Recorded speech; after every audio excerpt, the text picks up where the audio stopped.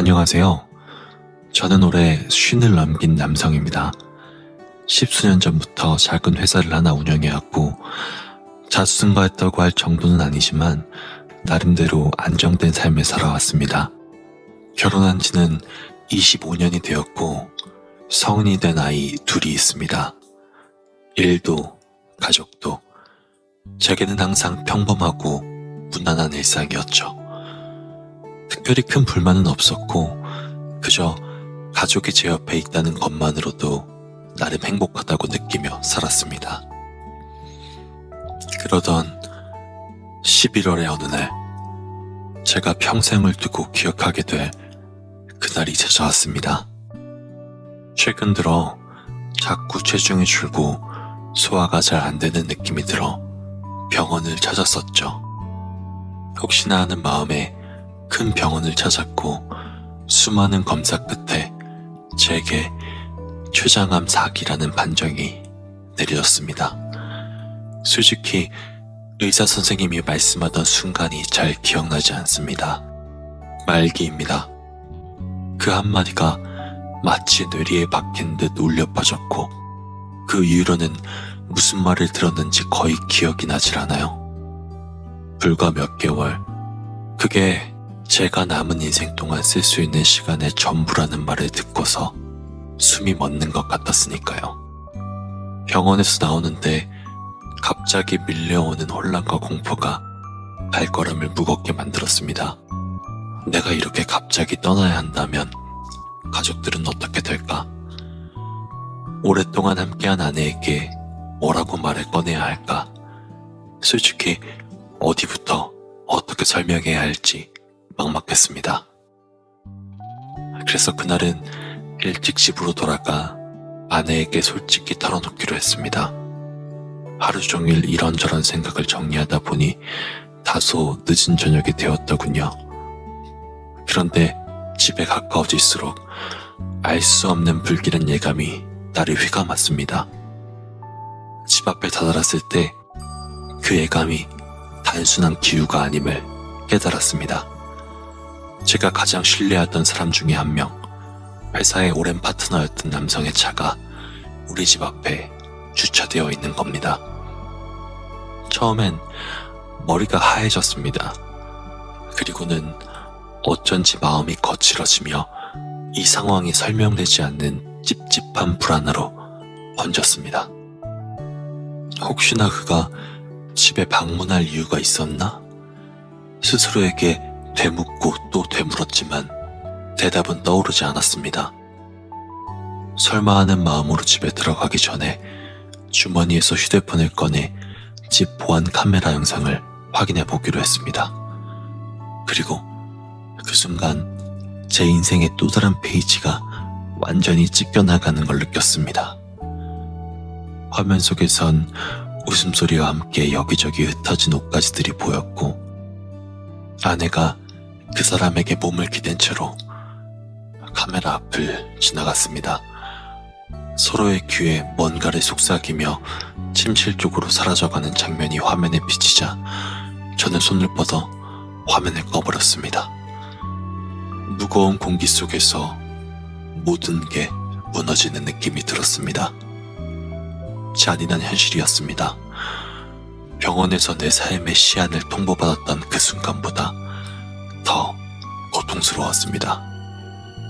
그날 이후로 제 마음은 무너진 채로 흩어진 조각들을 겨우겨우 붙잡고 버티어 있었습니다. 거울을 볼 때마다 마치 다른 사람의 얼굴을 마주하는 듯한 기분이 들었죠.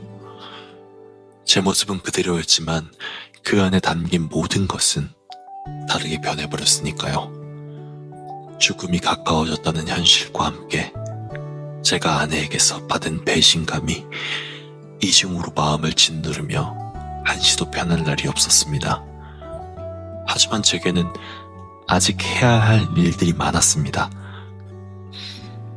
어떻게 해서든 남은 시간 동안 이 모든 상황을 정리해야 했습니다. 그간 열심히 지켜온 가정, 오랜 세월 함께했던 사람들, 그들에게 제가 마지막으로 남길 수 있는 것들을 생각하니 당장의 감정에 휩싸여 시간을 낭비할 수는 없었습니다.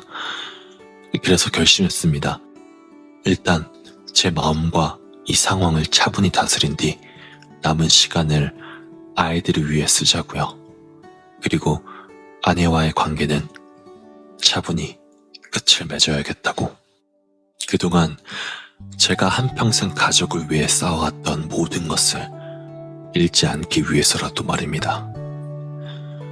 우선 냉정하게 마음을 가다듬고 구체적인 계획을 세우기 시작했습니다.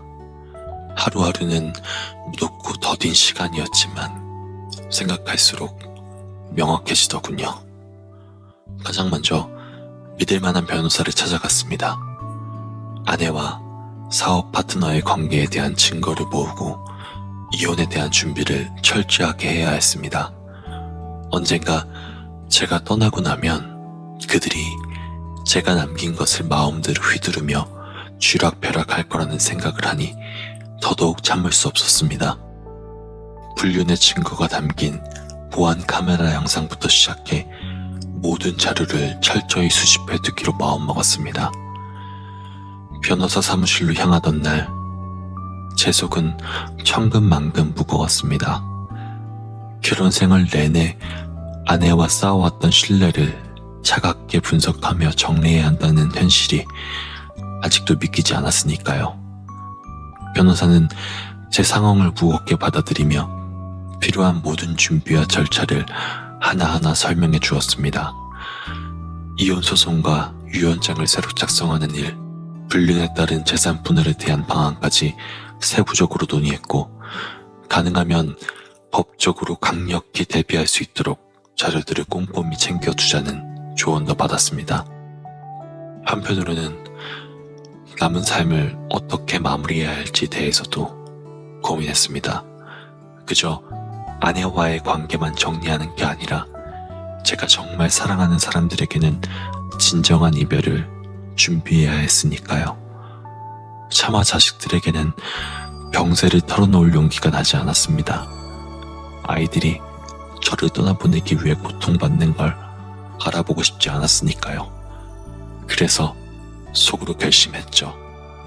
아버지로서 남겨줄 수 있는 유산이 금전적 재산뿐만이 아니라 좋은 기억이어야 한다고요. 저는 곧바로 제 재산과 회사의 지분, 그 밖에 남길 유산들을 정리하기 시작했습니다. 평소라면 귀찮다고 미루기만 했던 재산 관련 서류들을 하나하나 검토하고 자식들에게 각자 물려줄 몫을 명확히 정해두는 작업을 진행했죠. 생각보다 힘들었지만 이 과정에서 오히려 제게 진정으로 남겨야 할 것들이 무엇인지 선명해지는 느낌이 들었습니다. 회사의 지분과 재산을 아내가 아닌 자식들에게 주기 위한 방법을 변호사와 논의하면서 저는 제 삶의 마지막 단순한 마무리가 아니라 의미 있는 여정의 마침표가 되길 바랐습니다. 한편으로 아내와 사업 파트너는 계속해서 만나고 있는 듯 했습니다. 우연히 그 둘이 주고받은 은밀한 메시지를 본 순간 제 마음은 바닥까지 내려앉았습니다. 더 이상 추궁하거나 따질 필요도, 애초에 그럴 여력도 없었죠. 그러니 겉으로는 모든 것을 알지 못하는 사람처럼 평온한 표정을 유지했습니다. 혹시라도 제가 떠나고 나서 아이들이나 다른 사람들에게 잘못된 평가를 받을까 두려웠거든요. 제 인생을 마무리할 이 순간만큼은 평온하게 살고 싶었습니다. 그날부터 저는 철저히 평소와 다름없는 일상을 유지하기로 했습니다. 무덤덤하게 회사를 나가고 회의를 진행하며 집에서도 평소처럼 아내와 일상적인 대화를 나눴습니다. 제 옆에서 웃고 있는 그 얼굴을 볼 때마다 속으로는 나지막한 결심과 이별을 준비하며 또 하루를 견디고 있었습니다. 일상을 보내면서도 저는 하루하루 제게 남은 시간을 더욱 귀중하게 여기기 시작했습니다. 아이들과 좋은 추억을 만들 수 있는 날들이 한정되어 있다는 사실이 머릿속에 깊이 각인되었으니까요. 마침내 모든 준비를 마쳤을 때 저는 아이들과 마지막을 함께할 시간을 남겨두는 계획을 세웠습니다. 아내와의 관계는 이미 끝났지만 아이들에게는 끝까지 좋은 아버지로 남고 싶었습니다. 어느덧 연말이 다가왔고 크리스마스가 코앞으로 다가왔습니다.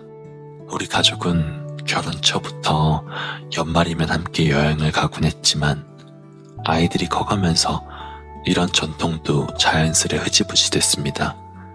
이제 두 아이가 다 대학생이 되어 각자의 생활에 바빠지다 보니 가족 모두가 다 함께 시간을 맞춰 여행을 간다는 게 어느새 어려운 일이 되어버렸죠. 사실 올해도 그냥 지나가는가 했는데 뜻밖의 아이들이 오랜만에 다 같이 가자고 먼저 말해주더군요.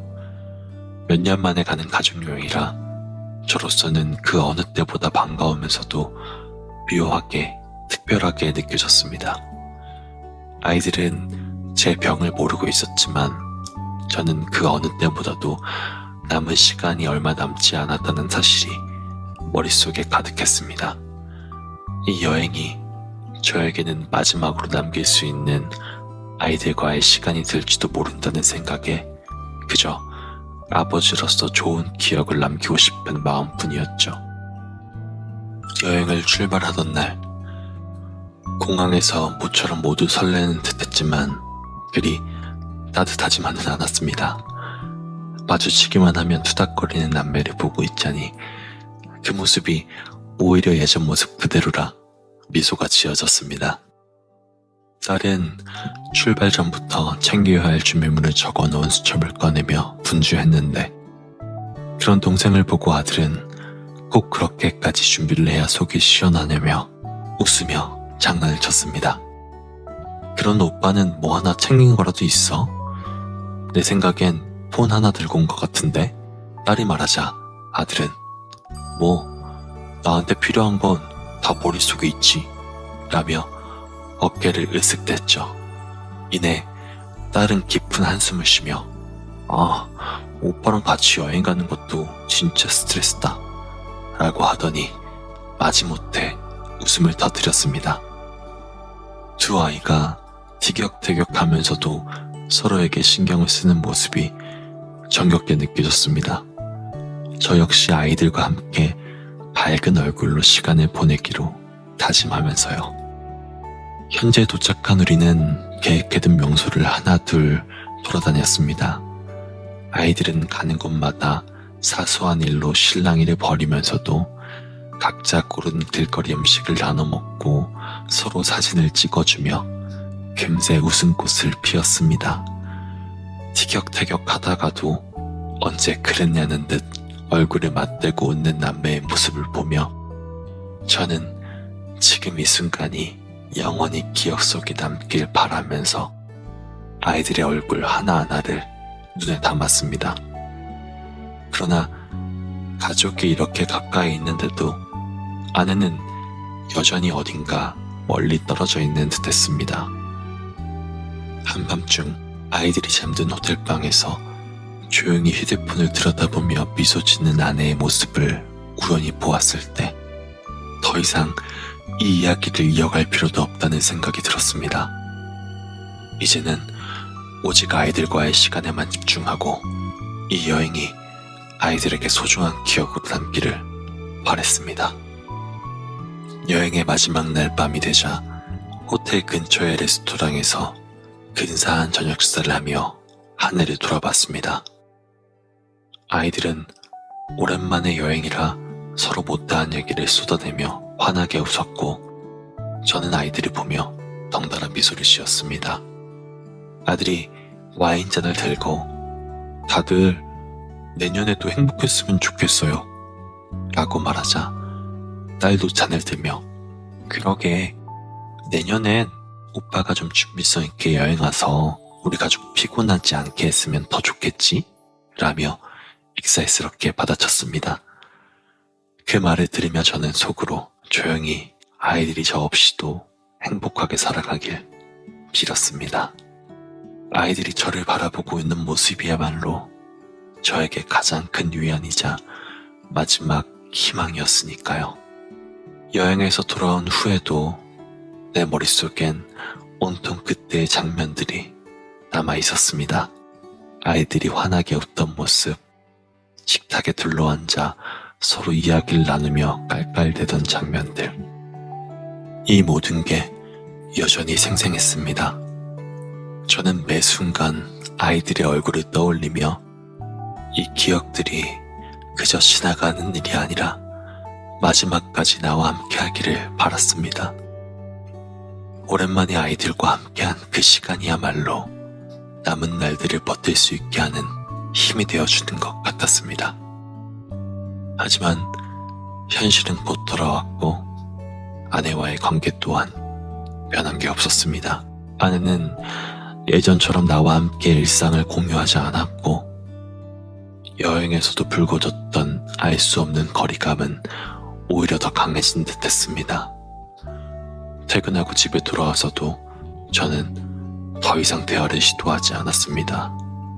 아내 역시 제게 먼저 무언가를 묻거나 말을 걸지 않았습니다.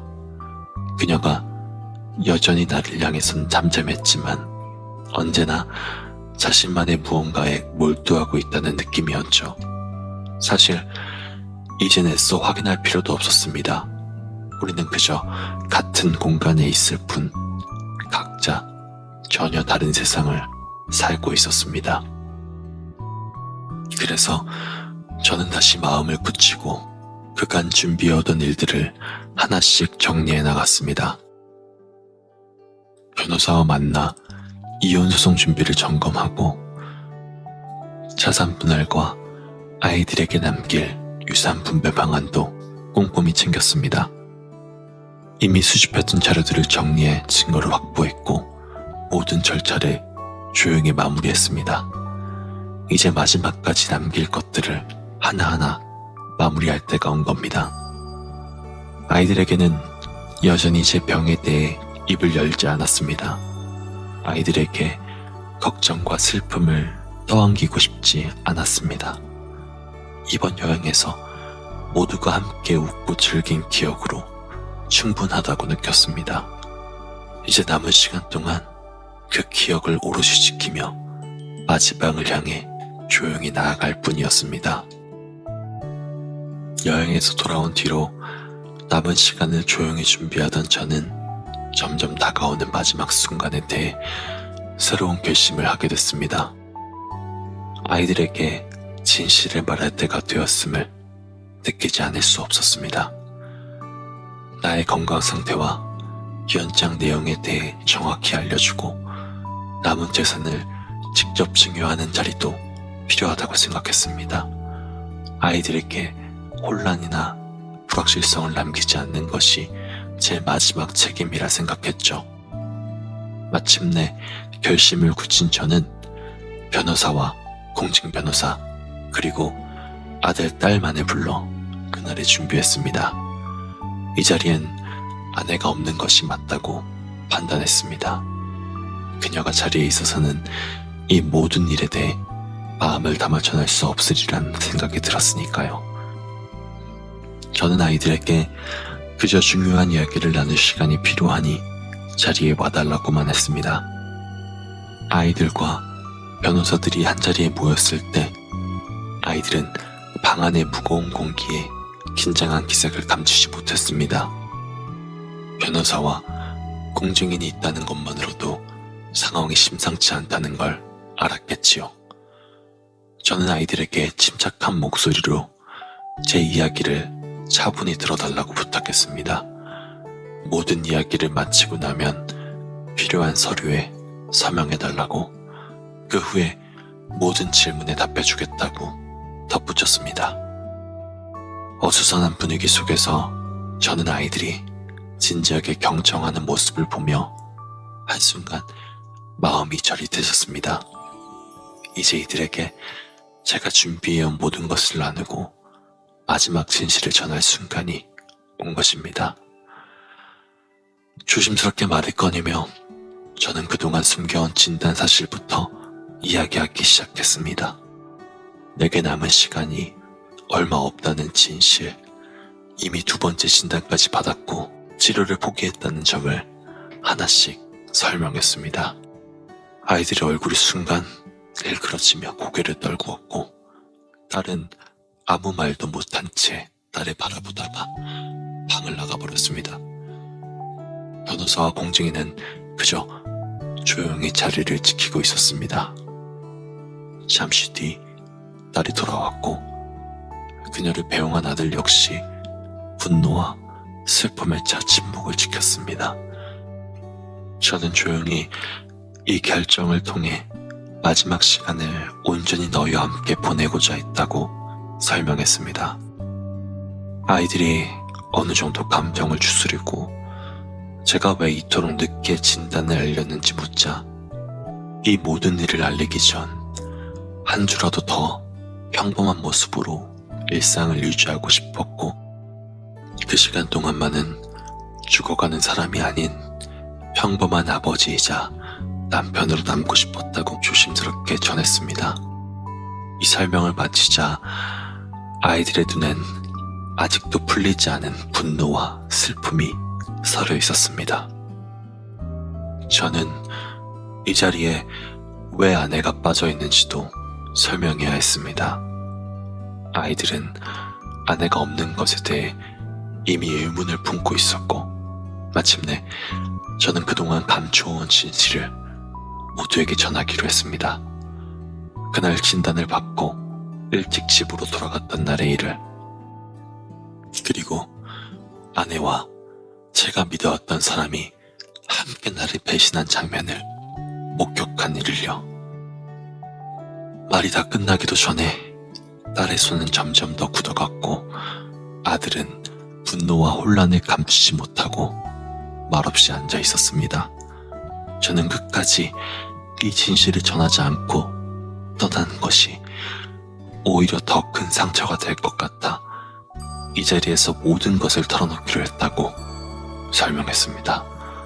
그러면서도 나의 마지막 결정은 이 진실을 조용히 받아들이고 떠나겠다는 것이며 이제는 너희들에게 혼란을 남기지 않으려 한다고 덧붙였습니다.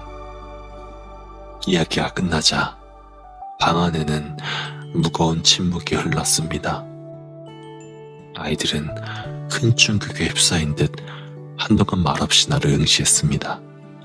잠시 뒤 딸이 떨리는 목소리로 그럼 엄마는 이 사실을 전혀 모르고 있는 거예요? 라고 물었습니다. 저는 그렇다고 답했습니다.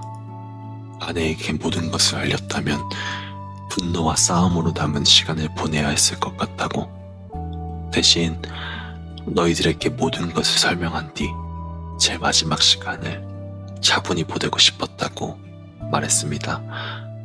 이윽고 저는 차분히 유언장과 재산증여 서류를 설명했습니다. 내 남은 재산과 자산은 너희 엄마와 무관하게 너희들에게 균등하게 나눠줄 것이며 모든 상속은 너희가 주도권을 가질 수 있도록 정리해 놓았다고 덧붙였습니다. 내가 오랜 세월 준비해온 자산이 이제 너희의 손으로 넘어가는 것이니 책임감을 갖고 소중히 관리해 주길 바란다고 말하며 차분히 서명을 권했습니다. 아이들이 서류에 서명한 뒤 변호사와 공증인도 그 절차를 마치고 자리에서 일어났습니다. 저는 그들에게 고마움을 전하며 배웅했고 한결 가벼워진 마음으로 다시 아이들 곁으로 돌아왔습니다. 방으로 돌아온 제 앞에 여전히 울고 난 듯한 얼굴로 고개를 숙인 아이들이 앉아 있었습니다. 저는 아이들 옆에 조용히 앉아 앞으로 남은 시간 동안 우리가 서로에게 좋은 추억을 남기기를 바란다고 말했습니다. 아이들은 상처 입은 채로 여전히 혼란스러워했지만 결국 나의 부탁을 받아들여 주었습니다. 그리고 얼마 지나지 않았을 때 오랜만에 주희에게 연락이 왔습니다. 주희는 제 대학 동기이자 아내의 오래된 친구로 저희 두 사람을 이어준 장본인입니다. 대학 시절부터 주인은 제게 신뢰할 수 있는 친구였고, 제가 아내와 결혼할 수 있었던 데에도 그녀의 영향이 컸죠.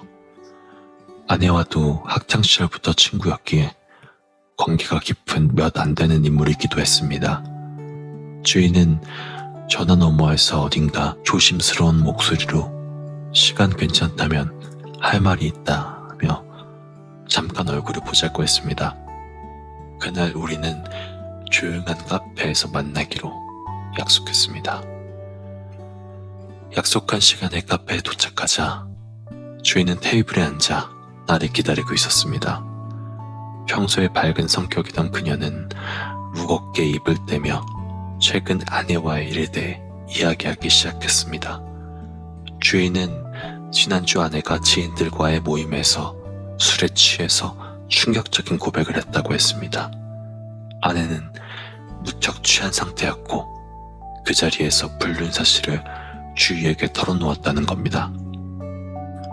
주인은 당황해서 멈추라고 했지만 아내는 멈출 생각 없이 오랜 시간 쌓여온 이야기를 쏟아냈다고 했습니다. 주인은 우리 부부의 오랜 친구였기에 이런 이야기를 듣는 것 자체가 고통스러웠다고 고백했습니다. 하지만 그날 이후 주인은 이 사실을 홀로 짊어지고 있을 수 없다고 생각했고 결국 나를 찾아온 것이었습니다. 조용히 이야기를 듣던 저는 사실 이미 모든 걸 알고 있다는 걸 밝힐 수밖에 없었습니다.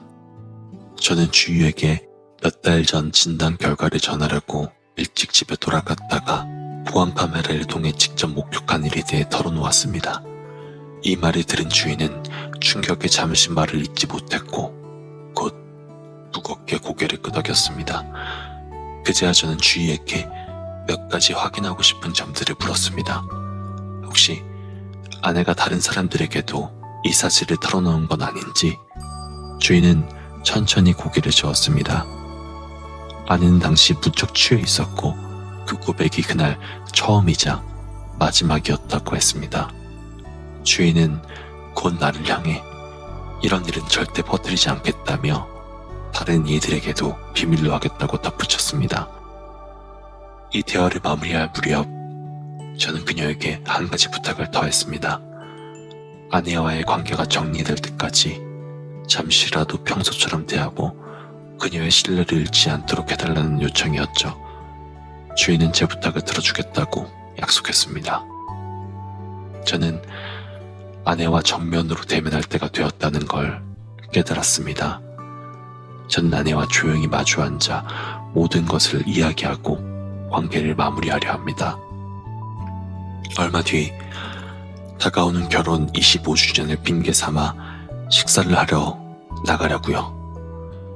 저는 아내에게 모든 걸 알고 있다는 사실을 차분히 밝히고 내 건강 상태와 남은 시간을 그녀 없이 보내겠다고 말할 겁니다. 공개된 자리에서 차분히 모든 이야기를 마무리하려 마음먹었습니다. 결혼기념일이 다가오자 아내가 먼저 제안했습니다. 이번 결혼기념일엔 외식이라도 할까? 어색한 감정이 가로막힌 상태였지만 저는 거절할 이유가 없었죠. 결혼기념일 저녁, 우리는 예전에 자주 가던 레스토랑에 앉았습니다. 오랜만임에도 워낙 자주 다녔던 공간인지라 익숙했지만 제 마음은 한없이 낯설게만 느껴졌습니다. 아내는 한동안 상냥한 말투로 결혼 생활의 추억을 꺼내며 웃었고 저는 맞장구 치며 그저 묵묵히 기다렸습니다. 그리고 디저트가 나올 때쯤 이 대화를 시작하기로 마음먹었습니다. 조용히 숨을 고른 후 저는 평온한 목소리로 아내에게 물었습니다. 그동안 내가 당신에게 부족했던 게 있었을까? 아내는 의아한 얼굴로 나를 바라보다가 아니, 왜 그런 걸 물어? 라고 대답했습니다. 저는 잠시 침묵을 지키며 조용히 다시 물었습니다. 혹시 내가 잘못했거나 힘들게 했던 적이 있었나? 아내는 약간 당황한 듯 그런 적 없어. 우리가 이렇게 오래 함께 했는데 왜 그런 질문을 해? 라고 말했죠. 저는 마지막으로 차분히 이야기를 이어갔습니다. 그럼 왜 날 속였어? 그 순간 아내의 얼굴에서 핏기가 사라지는 걸 느낄 수 있었습니다. 그녀는 금세 당황한 눈빛으로 그거 주희가 말한 거야? 그거 전부 거짓말이야 라고 다급하게 말했죠. 그러나 저는 고개를 저으며 이미 모든 걸 알고 있다고 말했습니다. 아내는 순간 할 말을 잃은 듯 나를 바라보다가 뭐라고 반박하려고 하더군요. 저는 손을 들어 그녀의 변명을 멈추게 하며 진단을 받았던 그날의 이야기를 하나하나 털어놓기 시작했습니다. 첫 진단을 받고 암이 사기라는 이야기를 들었을 때의 충격과 고통, 그리고 내겐 그 순간 가장 먼저 전하고 싶었던 사람이 바로 그녀였다는 이야기를 꺼냈습니다. 그날 당신에게 말하려고 급하게 집에 갔었어. 당신은 알아야 했으니까. 그러나 집에 돌아와 내가 마주한 장면이 무엇이었는지, 그 순간의 충격과 혼란이 얼마나 컸는지 설명하며 아내에게 제가 모든 걸 목격했다는 사실을 밝혔습니다.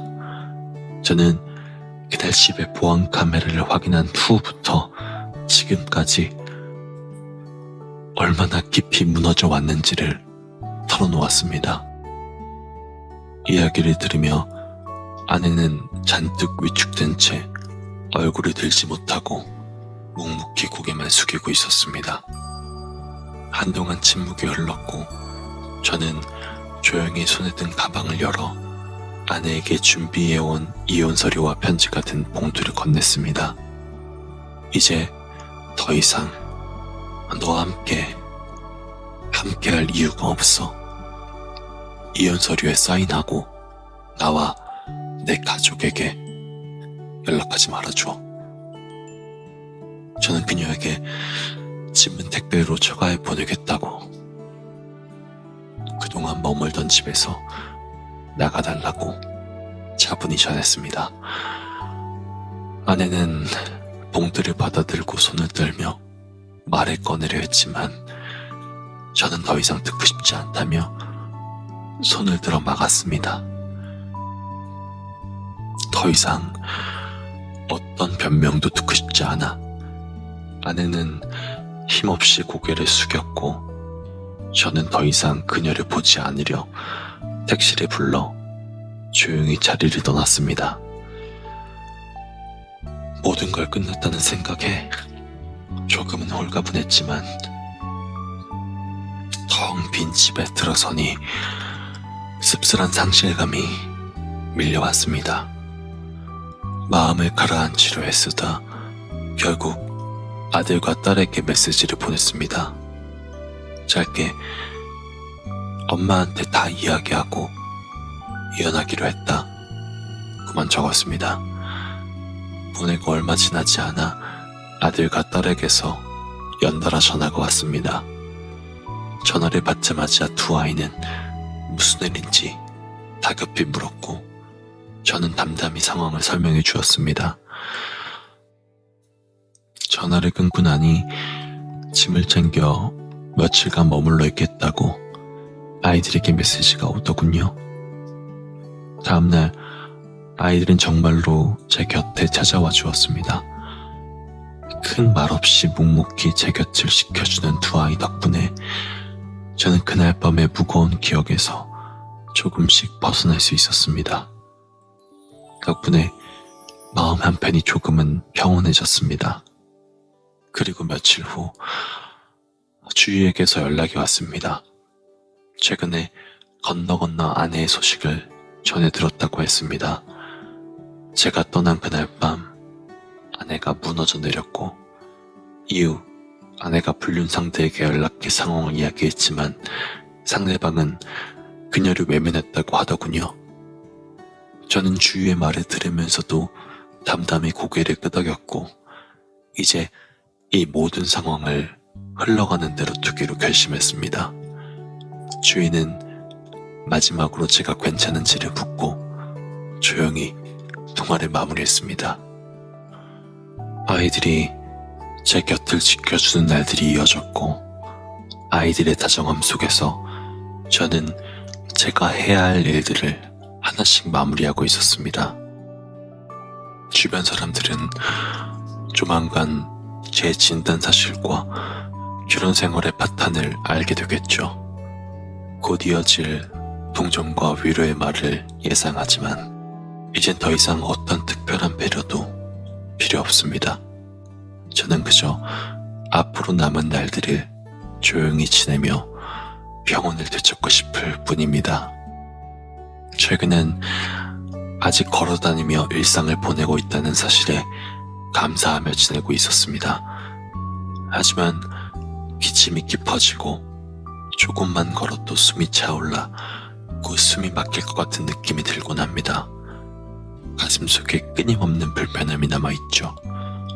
통증이 간헐적으로 더 심해질 때도 있지만 진통제로 하루하루를 버티고 있습니다.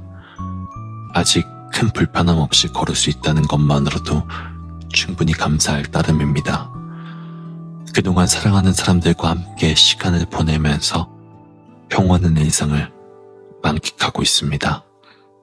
얼마 전에는 아이들과 오랜만에 전시회도 다녀왔고, 주말에는 친구들과 짧은 캠핑도 떠났습니다. 오랜 친구들과 장작불을 피워두고 서로 이야기를 나누던 그 밤은 아마도 죽을 때까지 마음에 남을 겁니다. 매일 조금씩 약해져가는 기운이 느껴지는 요즘, 이들이 곁에 있다는 것만으로도 큰 위안이 됩니다.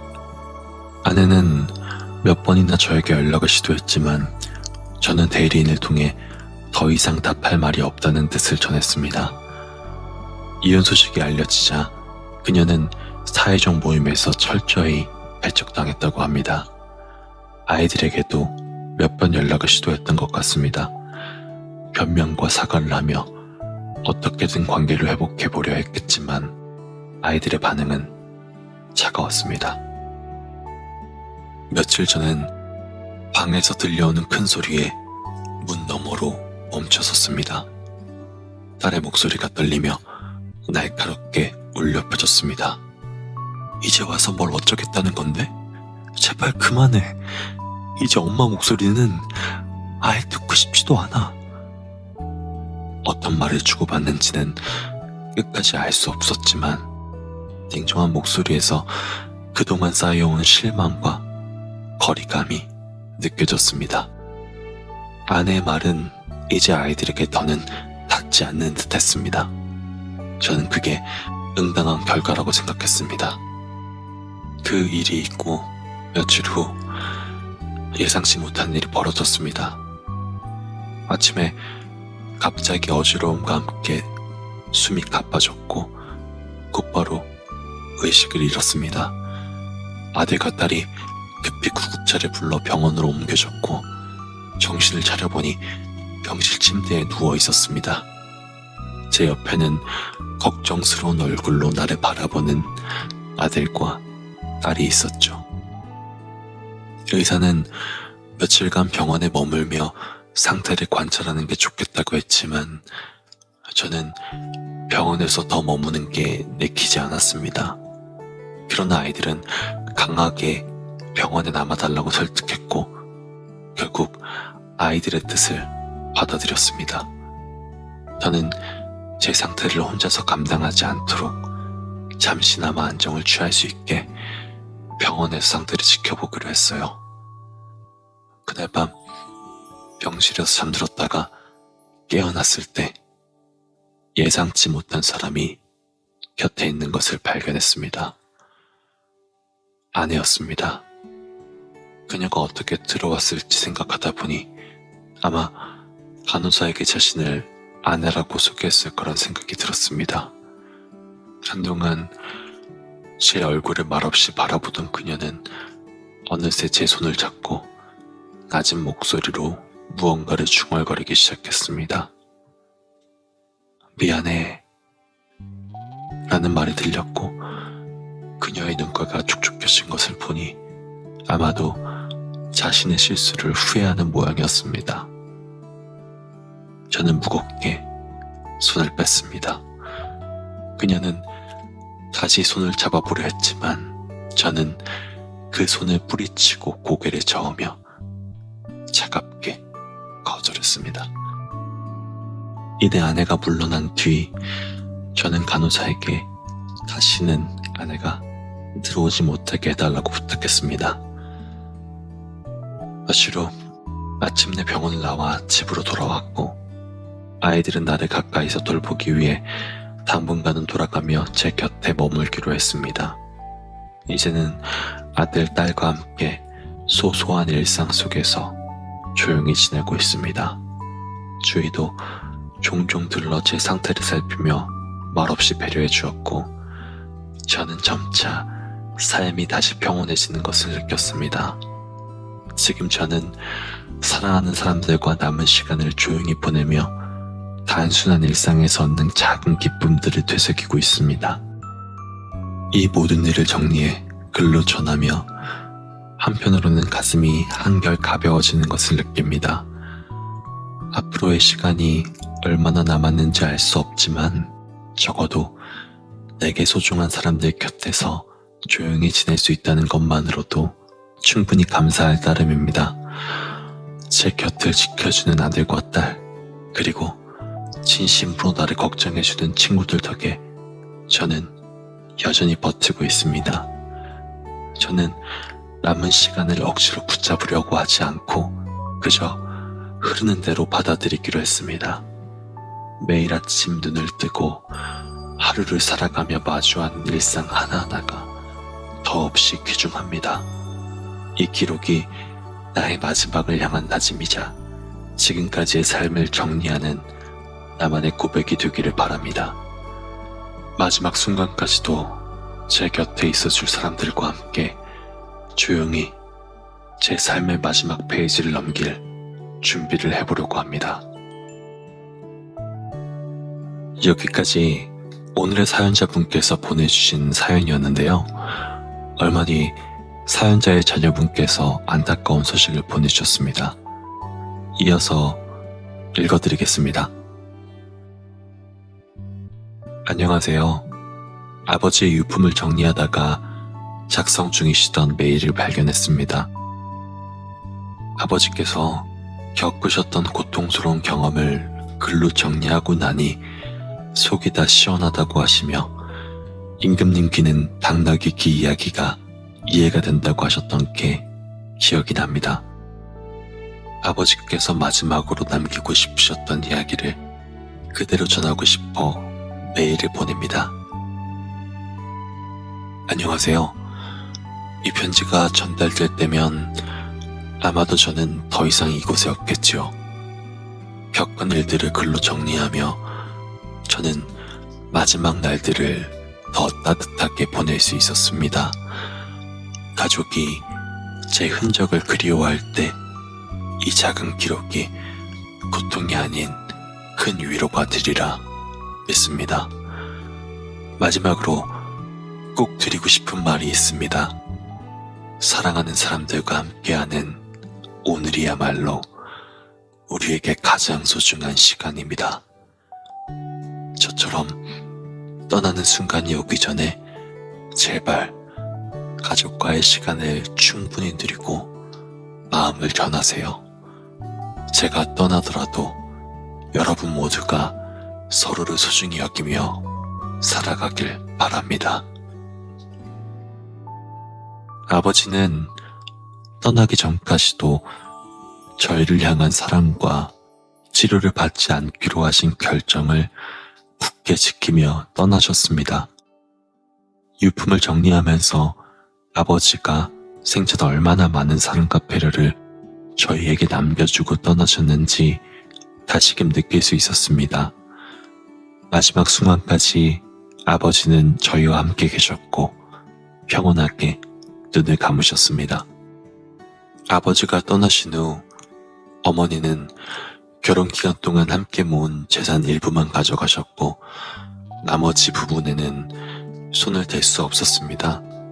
어머니는 결혼 생활을 함께 하신 집에 미련을 두고 집을 달라고 요청하셨지만 아버지의 뜻대로 결국 받지 못했어요. 어머니와의 관계가 이렇게 마무리된 것은 저희 모두에게 여전히 씁쓸한 부분으로 남아있지만 아버지의 뜻을 지키는 것이 저희가 할 수 있는 마지막 예우라고 생각합니다. 아버지의 이야기를 들어주신 모든 분들께 깊이 감사드립니다.